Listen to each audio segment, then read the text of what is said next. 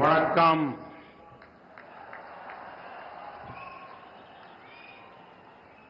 येन अंबु तमिल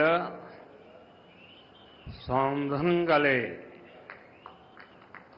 तमिलनाडु के राज्यपाल एन रवि जी,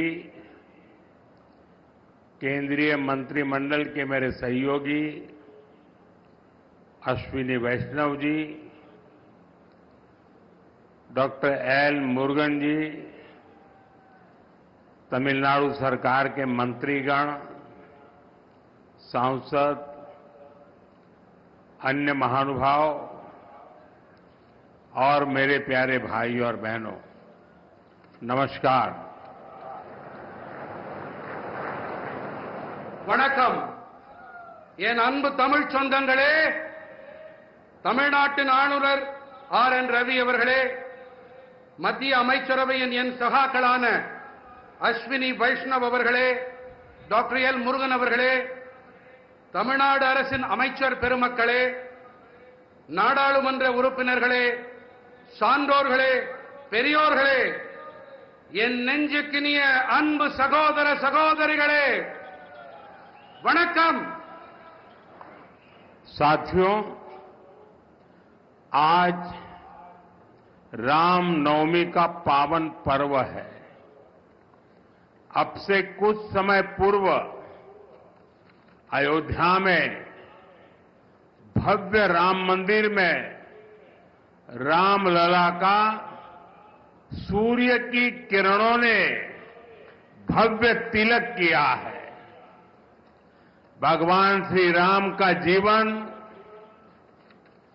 उनके राज्य से मिलने वाली सुशासन की प्रेरणा राष्ट्र निर्माण का बड़ा आधार है. और आज रामनवमी है. मेरे साथ बोलिए, जय श्री राम,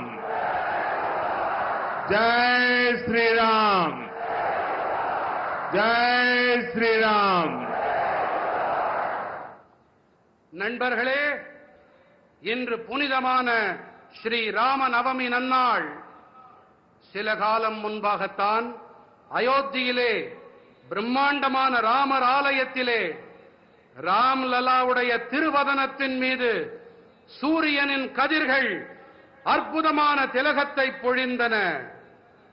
பகவான் ஸ்ரீ ராமனின் வாழ்க்கை, அவருடைய ஆட்சியிலிருந்து கிடைக்கக்கூடிய நல்லாளுகை குறித்த உத்வேகமாகியன தேசத்தை நிர்மாணிப்பதில் பெரிய ஆதாரமாக இருக்கின்றன. இன்று ராம நவமியாக இருப்பதால் என்னுடன் அனைவரும் முழங்குங்கள், ஜெய் ஸ்ரீராம். तमिलनाडु के संगम कालीन साहित्य में भी श्री राम के बारे में कहा गया है. मैं रामेश्वरम की इस पवित्र धरती से समस्त देशवासियों को रामनवमी की हार्दिक शुभकामनाएं देता हूं.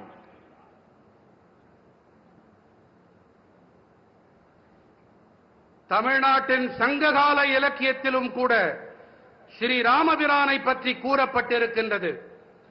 நான் ராமேஸ்வரத்தின் இந்த பவித்திரமான பூமியிலே நாட்டு மக்கள் அனைவருக்கும் ஸ்ரீ ராம நவமியை ஒட்டி என் இதயபூர்வமான நல்வாழ்த்துக்களை தெரிவித்துக் கொள்ளுகிறேன். Friends, I feel blessed that I could pray at the Ramanath Swami temple today. On this special day, I got the opportunity to hand over development project worth 8,300 crore rupees. These rail and road projects will boost connectivity in Tamil Nadu. I congratulate my brothers and sisters in Tamil Nadu for these projects. நண்பர்களே, ராமநாத சுவாமி ஆலயத்தில் இன்று வழிபட்ட போது ஆசிகள் நிரம்ப பெற்றவனாய் நான் உணர்ந்தேன். இந்த விசேஷமான நாளன்று 8300 கோடி ரூபாய் மதிப்பிலான நலத்திட்டங்களை அர்ப்பணிக்கும் வாய்ப்பு எனக்கு கிடைத்தது. இந்த ரயில் மற்றும் சாலை திட்டங்கள் தமிழ்நாட்டிலே இணைப்பு திறனை வலுப்படுத்தும். இந்த திட்டங்களின் பொருட்டு தமிழ்நாட்டின் என் சகோதர சகோதரிகளுக்கு நான் என் வாழ்த்துக்களை தெரிவித்துக் கொள்ளுகிறேன். Friends, this is the land of Bharat Ratna Dr. Kalam. His life showed us that science and spirituality complement each other. Similarly, the new Pamban bridge to Rameswaram brings technology and tradition together. நண்பர்களே, இது Bharat Ratna doctor Kalam அவர்களின் பூமி. அறிவியலும் ஆன்மீகமும் ஒன்றையொன்று நிறைவு செய்பவை என்பது அவருடைய வாழ்வு நமக்கு காட்டுகிறது. அதே போல ராமேஸ்வரத்திற்கான இந்த புதிய பாம்பன் பாலமும் கூட தொழில்நுட்பத்தையும் பாரம்பரியத்தையும் ஒன்று சேர்க்கின்றது. A town that is thousands of years old is being connected by a 21st century engineering wonder. I thank our engineers and workers for their hard work. ஆயிரக்கணக்கான ஆண்டுகள் பழமையான ஒரு நகரம் 21ஆம் நூற்றாண்டின் ஒரு பொறியியல் அற்புதத்தால் இன்று இணைக்கப்பட்டிருக்கின்றது. தங்களுடைய தீவிரமான உழைப்பிற்காக நான் நமது பொறியாளர்களுக்கு என் நன்றிகளை தெரிவித்துக் கொள்ளுகிறேன். This bridge is India's first vertical lift railway sea bridge. Big ships will be able to sail under it. Trains will also be able to travel faster on it. I just flagged off a new train service and also a ship a short while ago. Once again, I congratulate the people of Tamil Nadu for this project. இந்த பாலம்தான் இந்தியாவின் முதல் செங்குத்து தூக்கு ரயில் வழி கடல் பாலம். இதற்கடியிலே பெரிய கப்பல்களாலும் பயணத்தை மேற்கொள்ள முடியும். ரயில்கள் இதன் மீது விரைவாக பயணிக்க இயலும். நான் சற்று நேரம் முன்னதாகத்தான் ஒரு புதிய ரயில் சேவையையும் ஒரு கப்பல் பயணத்தையும் துவக்கி வைத்தேன். இந்த திட்டத்தின் பொருட்டு தமிழ்நாட்டு மக்களுக்கு நான் மீண்டும் என் நல்வாழ்த்துக்களை தெரிவித்துக் கொள்ளுகிறேன். Friends, for many decades there was a demand for this bridge. With your blessings, we got the privilege of completing this work. Pamban Bridge supports both ease of doing business and ease of travel. It will have a positive impact on the lives of the lakhs of people. நண்பர்களே, இந்த பாலத்திற்கான தேவை பல பத்தாண்டுகளாக இருந்து வந்திருக்கின்றது. உங்கள் நல்லாசிகளோடு இந்த பணியை நிறைவு செய்யும் பேறு எங்களுக்கு கிடைத்திருக்கிறது. பாம்பன் பாலம் சுலபமாக வியாபாரம் செய்தல் மற்றும் சுலபமாக பயணம் மேற்கொள்ளுதல் ஆகியவற்றுக்கு ஆதரவாக இருக்கின்றது. பல லட்சக்கணக்கான மனிதர்களின் வாழ்விலே இது ஆக்கப்பூர்வமான தாக்கத்தை ஏற்படுத்தும். The new train service will improve the connectivity from Rameswaram to Chennai and other parts of the country. This will benefit both trade and tourism in Tamil Nadu. New jobs and business opportunities will also be created for the youth. Rameswaram தொடங்கி சென்னை வரையும் நாட்டின் பிற பகுதிகளுக்கும் இடையிலான இணைப்பினை இந்த புதிய ரயில் சேவை மேம்படுத்தும். தமிழ்நாட்டின் சுற்றுலா மற்றும் வணிகத்திற்கு இது ஆதாயங்களை அள்ளித்தரும்.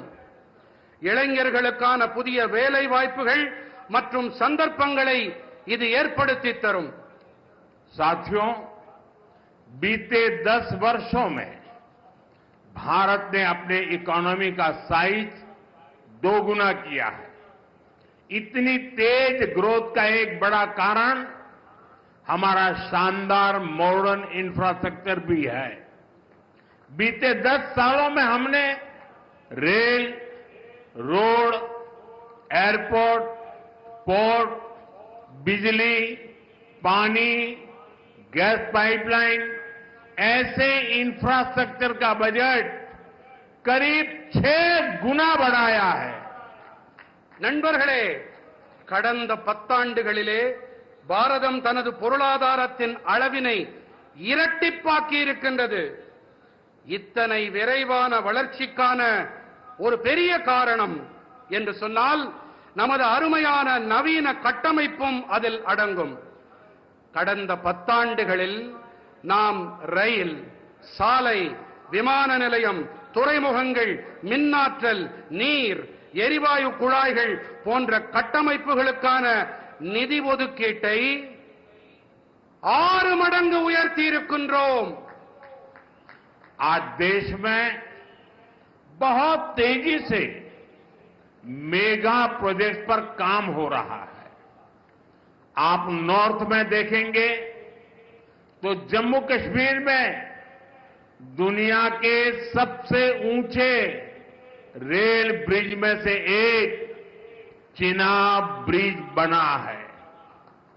वेस्ट में जाएंगे तो मुंबई में देश का सबसे लंबा सी ब्रिज अटल सेतु बना है.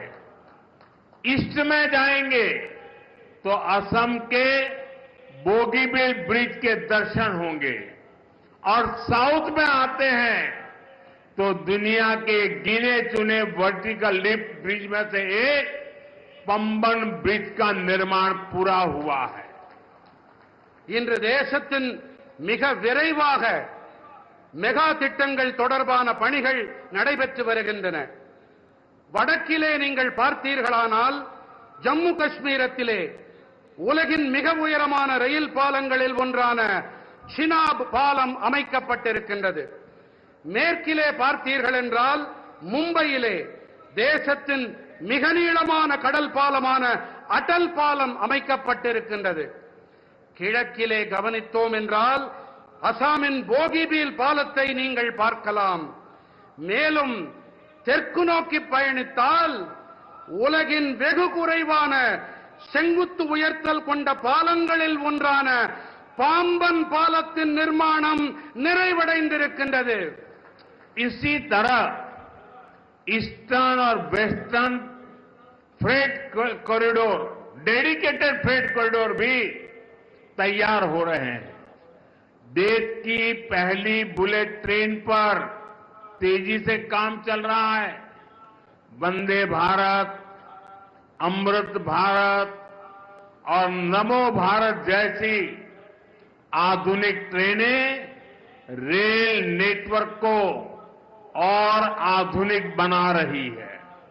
இதைப் போலவே கிழக்கு மற்றும் மேற்கு பிரத்யேகமான சரக்கு போக்குவரத்து இடைவழியும் கூட அமைக்கப்பட்டு வருகின்றது.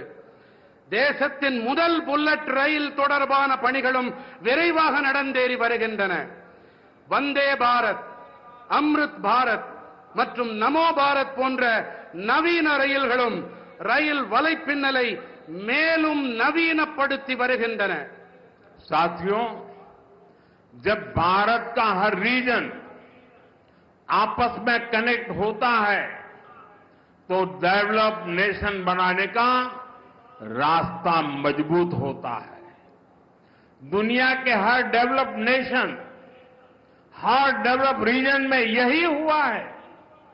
आज जब भारत का हर स्टेट आपस में कनेक्ट हो रहा है तो पूरे देश का पोटेंशियल सामने आ रहा है।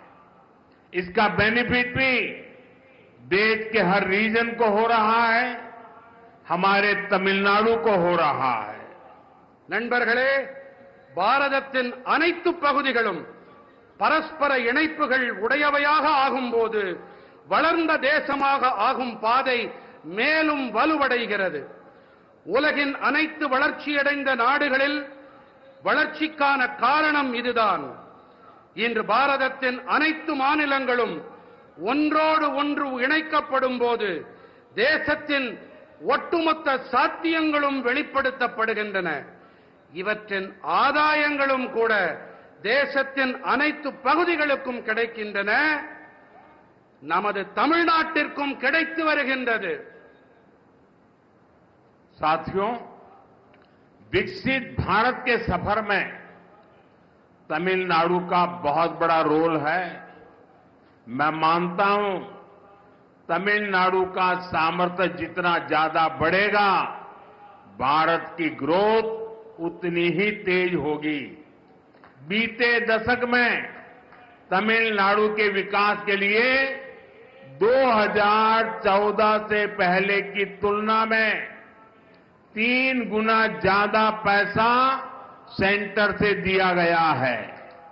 जब इंडी अलायंस की सरकार थी, डीएमके उस सरकार में विराजमान थी, तब जितना पैसा मिला उससे 3 गुना मोदी सरकार ने दिया है।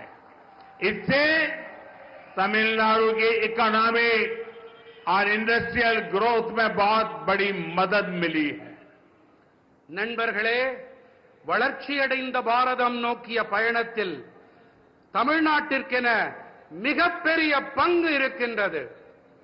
தமிழ்நாட்டின் வல்லமை எத்தனை அதிகம் உயர்கிறதோ, பாரதத்தின் வளர்ச்சியும் அந்த அளவுக்கு விரைவாகும் என்று நான் கருதுகிறேன்.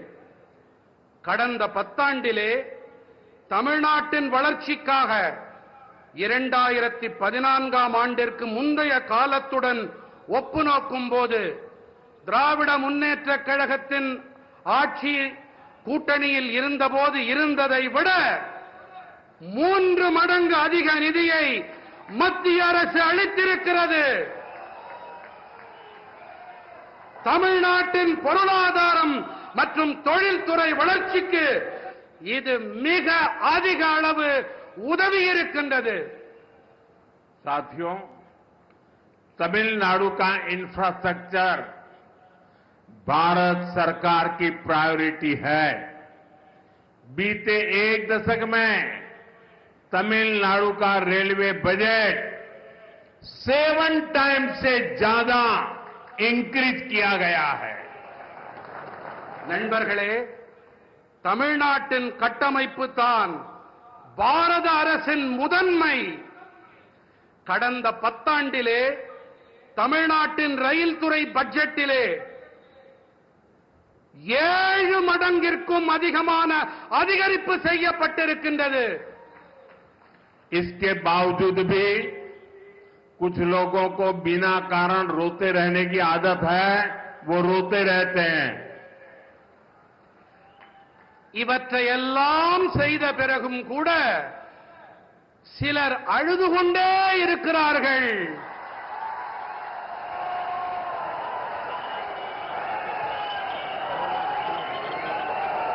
அவர்களால் அழ மட்டுமே முடியும். அவர்கள் அழுதுவிட்டு போகட்டும். 2014 से पहले रेल प्रोजेक्ट के लिए हर साल सिर्फ ओनली 900 करोड़ रुपीज ही मिलते थे। और आपको पता है, उस समय इंडियन अलायंस के मुख्य कर्ता धर्ता कौन थे, ये आपको पता है। इस वर्ष तमिलनाडु का रेल बजट 6,000 करोड़ रुपए से ज्यादा है। भारत सरकार यहां के 77 रेलवे स्टेशन को मॉडर्न भी बना रही है। इसमें रामेश्वरम का स्टेशन भी शामिल है।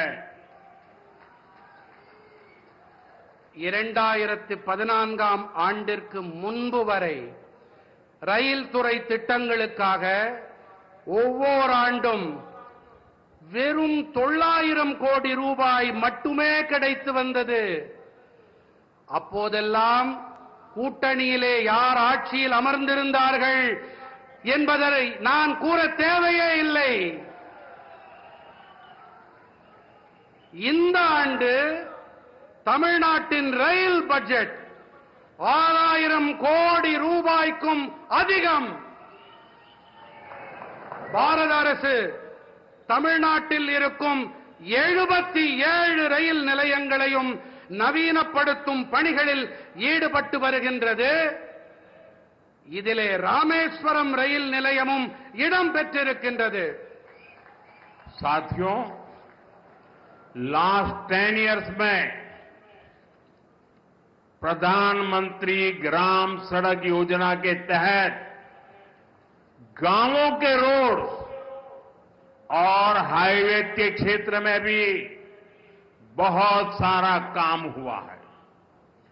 2014 के बाद तमिलनाडु में केंद्र सरकार की मदद से 4000 किलोमीटर रोड्स बनी है। चेन्नई पोर्ट को कनेक्ट करने वाला एलिवेटेड कॉरिडोर शानदार इंफ्रास्ट्रक्चर का एक बेहतरीन उदाहरण बनेगा. நண்பர்களே, கடந்த 10 ஆண்டுகளிலே கிராமப்புற சாலைகள் மற்றும் நெடுஞ்சாலைகள் துறையிலே கூட ஏராளமான பணிகள் மேற்கொள்ளப்பட்டிருக்கின்றன. 2014ஆம் ஆண்டிற்கு பிறகு தமிழ்நாட்டிலே மத்திய அரசின் உதவியோடு 4000 கிலோமீட்டர் அளவுக்கு சாலைகள் போடப்பட்டிருக்கின்றன. சென்னை துறைமுகத்தை இணைக்கவல்ல உயர்த்தப்பட்ட இடைவழி அருமையான கட்டமைப்பிற்கான மேலும் ஒரு எடுத்துக்காட்டு. आज भी करीब 1000 करोड़ रुपीस के रोड प्रोजेक्ट का शिलान्यास और लोकार्पण हुआ है. ये प्रोजेक्ट तमिलनाडु के अलग अलग डिस्ट्रिक्ट के साथ ही आंध्र प्रदेश के साथ भी कनेक्टिविटी बेहतर करेंगे. இன்றும் கூட சுமார் 8000 கோடி ரூபாய் மதிப்பிலான சாலை திட்டங்களுக்கான அடிக்கல் நாட்டப்பட்டு இவை தேசத்திற்கு அர்ப்பணம் செய்யப்பட்டிருக்கின்றது. இந்த திட்டங்கள் தமிழ்நாட்டின் பல்வேறு மாவட்டங்களோடு மட்டுமல்லாமல் ஆந்திர பிரதேசத்துடனான இணைப்பையும் மேம்படுத்தும்.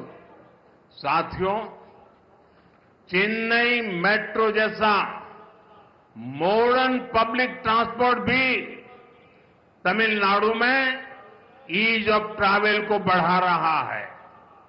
हमें याद रखना है, जब इतने सारे इंफ्रास्ट्रक्चर का काम होता है तो इससे हर सेक्टर में नई जॉब भी क्रिएट होती है.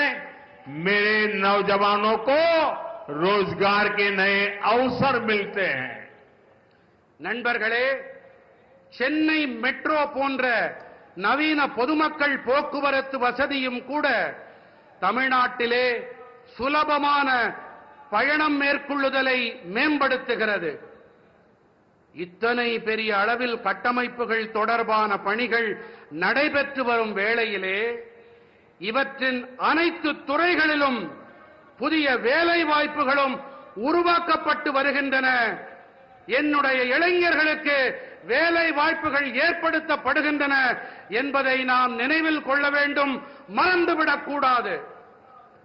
साथियों, बीते दशक में भारत ने सोशल इंफ्रास्ट्रक्चर पर भी रिकॉर्ड निवेश किया है.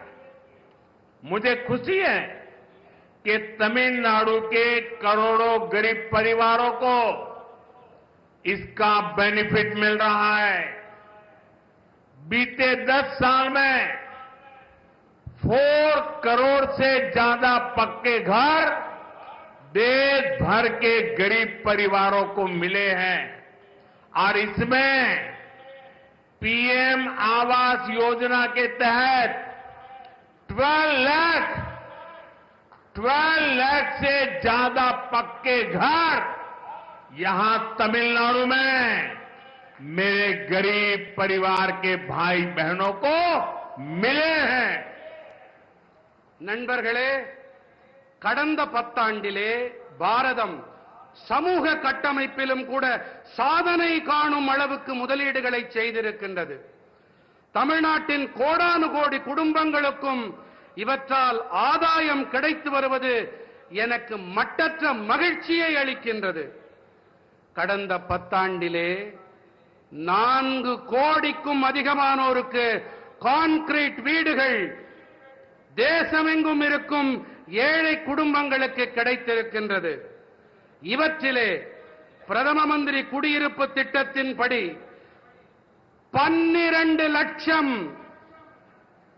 12 லட்சத்திற்கும் மேற்பட்ட கான்கிரீட் வீடுகள் இங்கே என்னுடைய ஏழை சகோதர சகோதரிகள் தமிழ்நாட்டிலே அவர்களுக்கு கிடைத்துவிட்டன.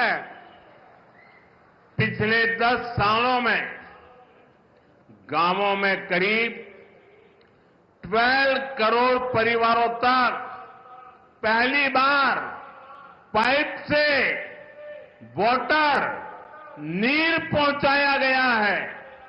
इसमें 1 करोड़ 11 लाख फैमिलीज मेरे तमिलनाडु की है. इनके घर में पहली बार टैप वाटर पहुंचा है. इसका बहुत बड़ा लाभ तमिलनाडु की मेरी माताओं बहनों को मिला है. கடந்த 10 ஆண்டுகளிலே கிராமங்களில் 12 கோடி குடும்பங்களுக்கு முதன்முறையாக குழாய் வழி குடிநீர் கொண்டு சேர்க்கப்பட்டிருக்கிறது. இவற்றிலே 1 கோடி 11 லட்சம் குடும்பங்கள் தமிழ்நாட்டைச் சேர்ந்தவை. இவர்களுடைய இல்லங்களிலே முதன்முறையாக குழாய் வழி குடிநீர் சென்றடைந்திருக்கிறது. இதனால் மிகப்பெரிய ஆதாயம் அடைந்தவர்கள் நம்முடைய தாய்மார்கள் சகோதரிகள் தாம். साथियों, देशवासियों को क्वालिटी और सस्ता इलाज देने से ये हमारी सरकार का कमिटमेंट है. आप देखिए, आयुष्मान योजना के तहत तमिलनाडु में 1 करोड़ से ज्यादा ट्रीटमेंट हो चुके हैं. इससे तमिलनाडु के इन परिवारों के 8,000 करोड़ रुपीस जो उनकी जेब में से खर्च होना था वो खर्च बच गया है. मेरे तमिलनाडु के भाई बहनों के जेब में 8,000 करोड़ रुपीस, ये बहुत बड़ा आंकड़ा है. நண்பர்களே, நாட்டு மக்களுக்கு தரமான மற்றும் விலை மலிவான சிகிச்சை அளிக்கும் விஷயத்தில் நமது அரசாங்கம் அர்ப்பணிப்போடு செயல்கள் புரிந்து வருகின்றது. நீங்களே பாருங்கள், ஆயுஷ்மான் பாரதம் திட்டத்தின்படி தமிழ்நாட்டிலே 1 கோடிக்கும் மேற்பட்ட சிகிச்சைகள் நடைபெற்றாகிவிட்டன. இவற்றிலே தமிழ்நாட்டின் இந்த குடும்பங்கள் 8,000 கோடி ரூபாய், சிறிய தொகை அல்ல, 8,000 கோடி ரூபாய் செலவிலிருந்து காப்பாற்றப்பட்டிருக்கிறார்கள். என்னுடைய தமிழ் சொந்தங்கள் காப்பாற்றப்பட்டிருக்கின்றார்கள். तमिलनाडु में 1400 से अधिक जन औषधि केंद्र हैं. ये मैं सिर्फ तमिलनाडु का बताता हूं. यहां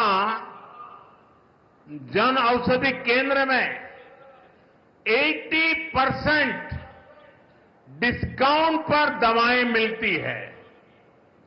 इन सस्ती दवाओं से भी लोगों की जेब में 700 करोड़ रुपीज, मेरे तमिलनाडु के भाई बहनों के जेब में 700 करोड़ रुपीज की सेविंग हुई है।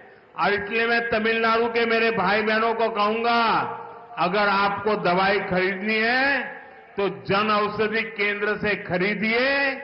आपको 1 रुपये की चीज 20 पैसे में, 25 पैसे में, 30 पैसे में मिल जाएगी।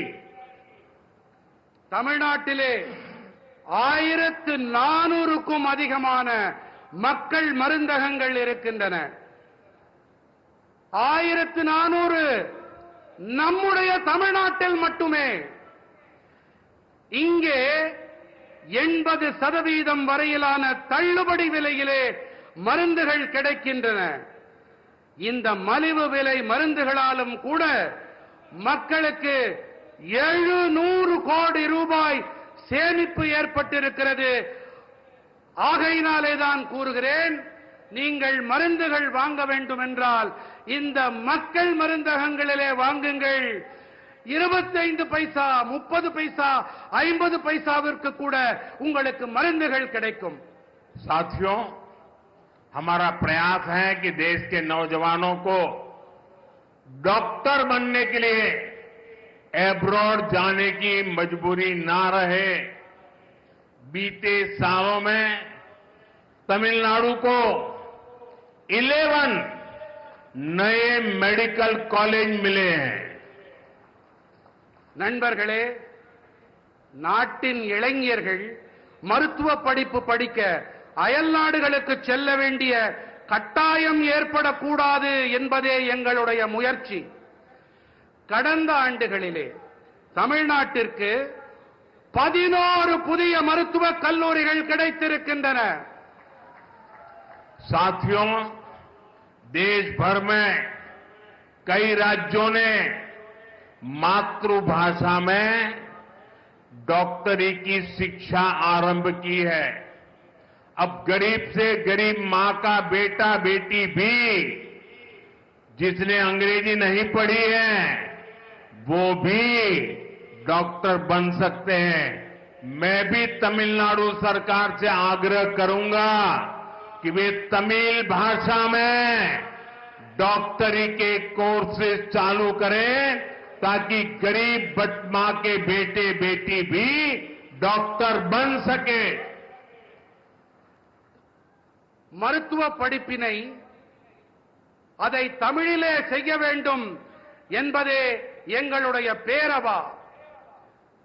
இதற்காக இந்த படிப்பினை படித்த ஏழை தாய்மார்களுடைய குழந்தைகளும் அவர்களாலும் இதை படிக்க முடியும். அதற்காகத்தான் மருத்துவ படிப்பினை கூட தமிழிலே அதை அமைக்கப்பட வேண்டும் என்று நாங்கள் விரும்புகிறோம். இதன் பொருட்டு நான் வேண்டி விரும்பி மாநில அரசிடமும் கேட்டுக் கொள்ளுகிறேன், இந்த ஏழை குழந்தைகளும் மருத்துவ படிப்பை படிக்க வேண்டும் என்பதற்காக பாடத்திட்டத்தினை தமிழ் மொழியிலே செய்து தாருங்கள் என்று வேண்டி விரும்பி கேட்டுக் கொள்ளுகிறேன். साथियों, टैक्स पेयर का दिया हर पैसा गरीब से गरीब के काम आए, यही गुड गवर्नेंस है. तमिलनाडु के लाखों स्मॉल फार्मर्स को पीएम किसान सम्मान निधि के तहत लगभग 12,000 करोड़ रुपए दिए गए हैं. तमिलनाडु के फार्मर्स को पीएम फसल बीमा स्कीम से भी 14,800 करोड़ रुपए का क्लेम मिला है. நண்பர்களே, வரி செலுத்துபவர்கள் செலுத்தும் பணம் மிகவும் ஏழ்மையில் வாடும் மக்களுக்கு துணை வர வேண்டும். இதுதான் நல்லாளுகை. தமிழ்நாட்டின் லட்சக்கணக்கான சிறு விவசாயிகளுக்கு பிரதம மந்திரி விவசாயிகளுக்கான வருமான ஆதரவு திட்டத்தின்படி சுமார் 12,000 கோடி ரூபாய்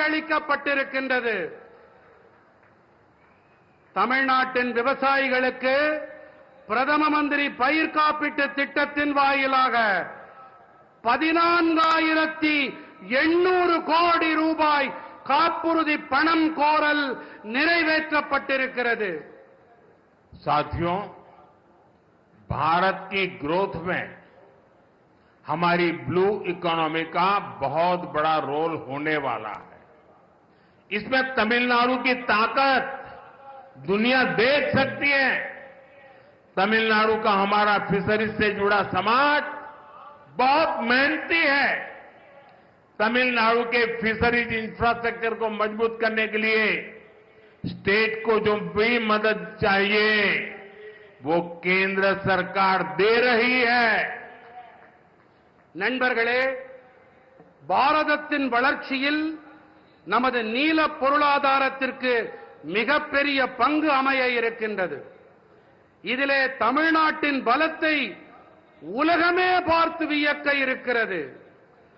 தமிழ்நாட்டின் நம்முடைய மீனவ சமூகம் மிகவும் கடினமாக உழைக்கக்கூடிய ஒரு சமூகமாகும். தமிழ்நாட்டின் மீன்வளத்துறை கட்டமைப்பினை வலுப்படுத்த வேண்டி மாநிலத்திற்கு தேவையான உதவிகள் அனைத்தையும் மத்திய அரசு அளித்து வருகின்றது. पिछले 5 साल में पीएम मत्स्य संपदा स्कीम के तहत भी तमिलनाडु को करोड़ों रुपए मिले हैं. हमारी कोशिश यही है कि मछुआरों को ज्यादा फैसिलिटीज मिले, आधुनिक सुविधाएं मिले, चाहे सीवीड पार्क हो या फिर फिशिंग हार्बर और लैंडिंग सेंटर हो. केंद्र सरकार यहां सैकड़ों करोड़ रुपए इन्वेस्ट कर रही है. கடந்த 5 ஆண்டுகளிலே பிரதம மந்திரி மீன்வள திட்டங்களின்படி தமிழ்நாட்டிற்கு கோடிக்கணக்கான ரூபாய் நிதியாக வழங்கப்பட்டிருக்கிறது. அதிகபட்ச நவீன வசதிகள் நமது மீனவர்களுக்கு வழங்கப்பட வேண்டும் என்பதே நம்முடைய முயற்சியாக இருக்கிறது. அது கடற்பாசி பூங்காவாகட்டும், மீன்பிடி துறைமுகமாகட்டும், படகுத்துறையாகட்டும், மத்திய அரசு இங்கே பல நூற்றுக்கணக்கான கோடி ரூபாயை முதலீடு செய்து வருகின்றது. हमें आपकी रक्षा सुरक्षा की भी चिंता है. भारत सरकार फिशरमैन के हर संकट में उनके साथ खड़ी है. भारत सरकार के प्रयासों से बीते 10 साल में 3,700 से ज्यादा फिशरमैन श्रीलंका से वापस लौटे हैं. इनमें से 600 से अधिक फिशरमैन तो पिछले 1 साल में फ्री हुए हैं. और आपको याद होगा, कुछ हमारे मछुआरा साथियों को फांसी की सजा हुई थी. उनको भी हम जिंदा भारत लौट करके ला करके उनके परिवार को सुपुर्द किया है. நமது பாதுகாப்பு தொடர்பான அக்கறையும் நமக்கு இருக்கிறது. பாரத அரசு மீனவர்களின் அனைத்து சங்கட காலங்களிலும் அவர்களுக்கு தோளோடு தோள் கொடுத்து வந்திருக்கின்றது. பாரத அரசின் முயற்சிகள் காரணமாக கடந்த 10 ஆண்டுகளில் மட்டும் 3,700க்கும் மேற்பட்ட மீனவர்கள் இலங்கையிலிருந்து மீட்டுக் கொண்டு வரப்பட்டிருக்கின்றார்கள். இவர்களிலே 600க்கும் அதிகமான மீனவர்கள் மட்டும் கடந்த ஓராண்டிலே மீட்டுக் கொண்டு வரப்பட்டிருக்கின்றார்கள். உங்களுக்கெல்லாம் நன்கு நினைவிருக்கலாம், சில காலம் முன்பாக தூக்கு மேடையை முத்தமிட அவர்கள் போடப்பட வேண்டிய அந்த காலகட்டத்தில் நம்முடைய மீனவர்களை இலங்கையிலிருந்து நம்முடைய மத்திய அரசு மீட்டுக் கொண்டு வந்திருக்கிறது. साथियों, आज दुनिया में भारत के प्रति आकर्षण बढ़ा है। लोग भारत को जानना चाहते हैं, भारत को समझना चाहते हैं। इसमें भारत के कल्चर का, हमारी सॉफ्ट पावर का भी बड़ा रोल है।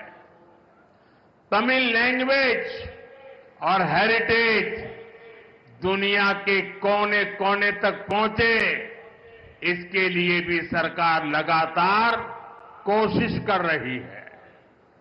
நண்பர்களே, இன்று உலகில் பாரதம் அனைவரையும் ஈர்க்கும் மையமாக மாறியிருக்கிறது.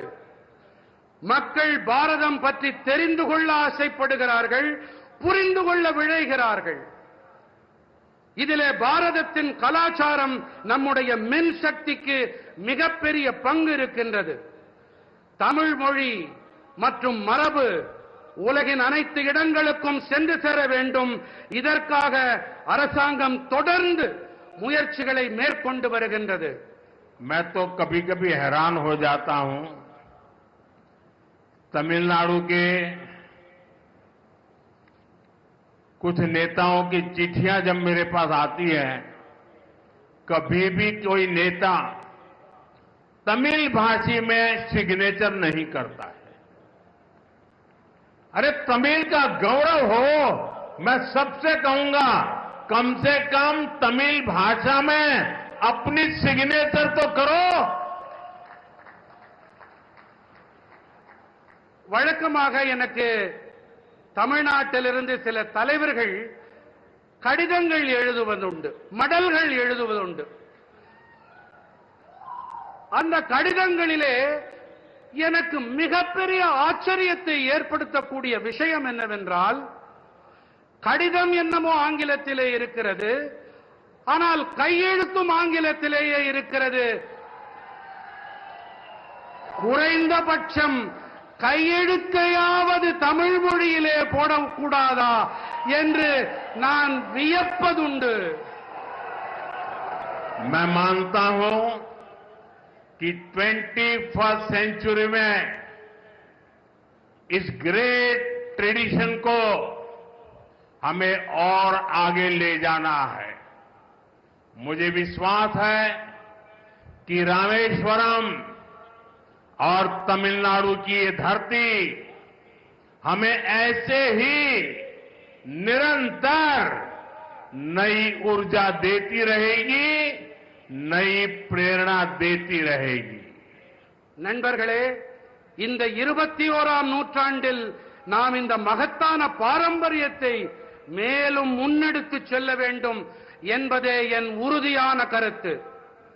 ராமேஸ்வரம் மற்றும் தமிழ்நாட்டின் இந்த மண் இன்று போல என்றும் தொடர்ந்து புதிய சக்தியை அளித்து வரும், புதிய உள்ளெழுச்சியை அளித்து வரும் என்பதில் எனக்கு எள்ளளவும் ஐயமில்லை.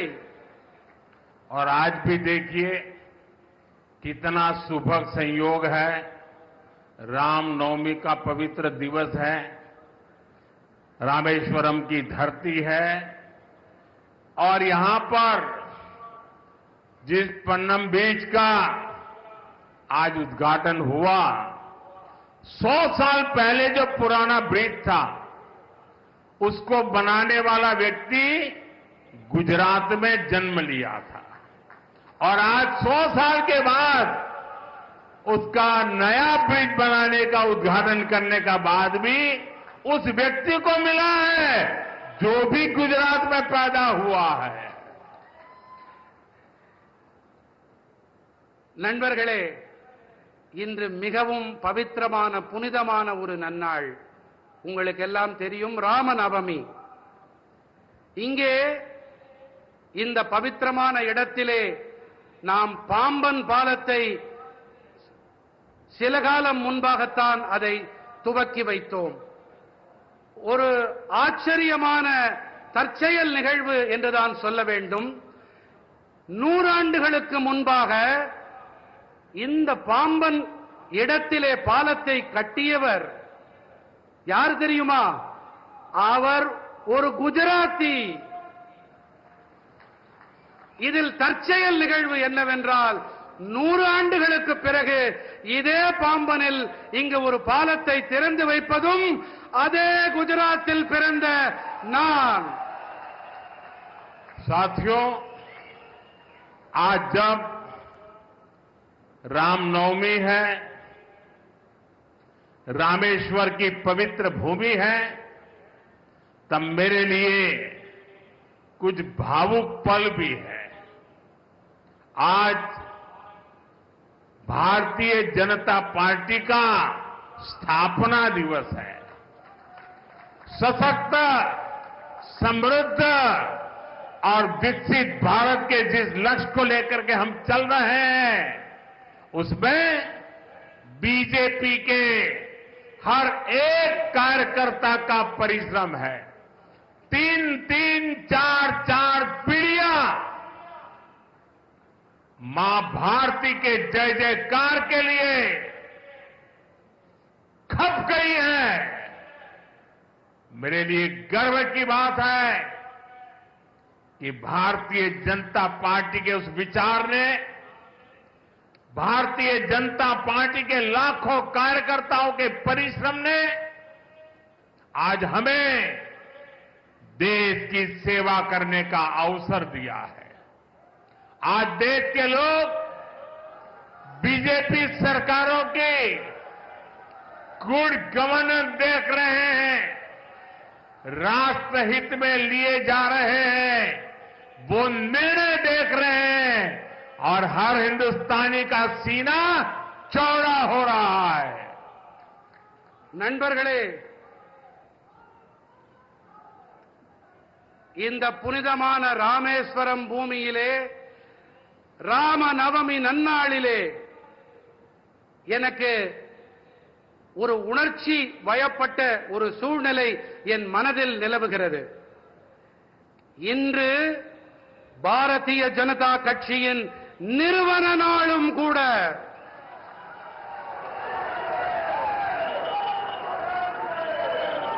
சக்தி படைத்த, தன்னிறைவு கொண்ட, வளர்ச்சியடைந்த பாரதம் என்ற லட்சியத்தை மனதிலே தாங்கி நாம் பயணித்துக் கொண்டிருக்கிறோம். இதற்காக பலர் 2, 3, 4 தலைமுறைகளாக கூட தங்கள் வாழ்க்கையை, பல தலைமுறைகளாக தங்கள் அனைத்தையும் இழந்து இதனை ஈட்டி இருக்கின்றோம். நாம் இதிலே பாரதிய ஜனதா கட்சியின் அனைத்து தொண்டர்களின் கடினமான உழைப்பு அடங்கி இருக்கிறது.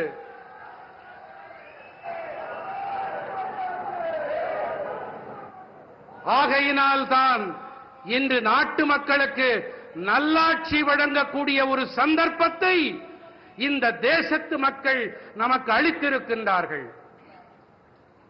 இந்த நாட்டு மக்கள் அனைவரும் பாரதிய ஜனதா கட்சியின் நல்லாளுகையை கவனித்து வருகிறார்கள். தேசத்தின் நலன்களின் பொருட்டு மேற்கொள்ளப்பட்டு வரும் தீர்மானங்களை உற்று நோக்கிக் கொண்டிருக்கின்றார்கள். देश के हर राज्य, हर कोने में जिस तरह बीजेपी के कार्यकर्ता जमीन से जुड़कर कार्य करते हैं, गरीबों की सेवा करते हैं, वो देखकर मुझे गर्व होता है. मैं भारतीय जनता पार्टी के करोड़ों कार्यकर्ताओं का आभार व्यक्त करता हूं. मैं उन्हें अपनी शुभकामनाएं देता हूं. தேசத்தின் அனைத்து மாநிலங்கள், அனைத்து மூலைகளிலும் பாரதிய ஜனதா கட்சியின் தொண்டர்கள் கள அளவிலே மக்களோடு இணைந்து ஏழைகளுக்கு சேவையாற்றி வருகின்றார்கள் என்பதை பார்த்து எனக்கு பேருவகையாக, பெருமிதமாக இருக்கின்றது. நான் பாரதிய ஜனதா கட்சியின் கோடிக்கணக்கான தொண்டர்களுக்கு என்னுடைய நன்றிகளை சமர்ப்பிக்கின்றேன்.